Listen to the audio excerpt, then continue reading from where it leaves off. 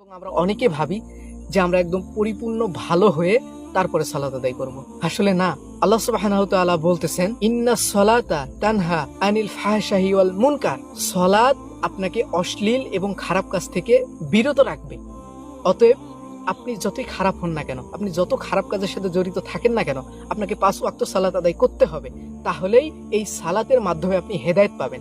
এই সালাতই আপনাকে ওই খারাপ কাজগুলো থেকে ফিরিয়ে আনবে। অতএব এই ধরনের মন মাইন্ড আমাদেরকে ছুঁড়ে ফেলতে হবে যে আমি আগে নিজে ভালো হব, ফেরেশতা হব, তারপরে 5 ওয়াক্ত সালাত আদায় করব। না রে ভাই, আপনাকে 5 ওয়াক্ত সালাত আদায় করেই ভালো হতে হবে।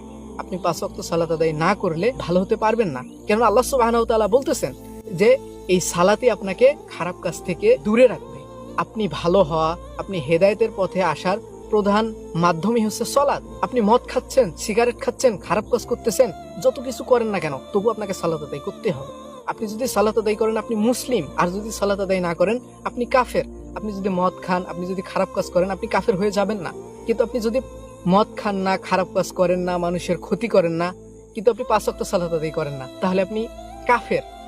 মানে ওই মদ খাওয়া লোকটাও আপনার থেকে ভালো যদি ও ব্যক্তিটা সালাত আদায় করে। তাহলে ভাবুন এই সালাত কতটা গুরুত্বপূর্ণ একটা ইবাদত।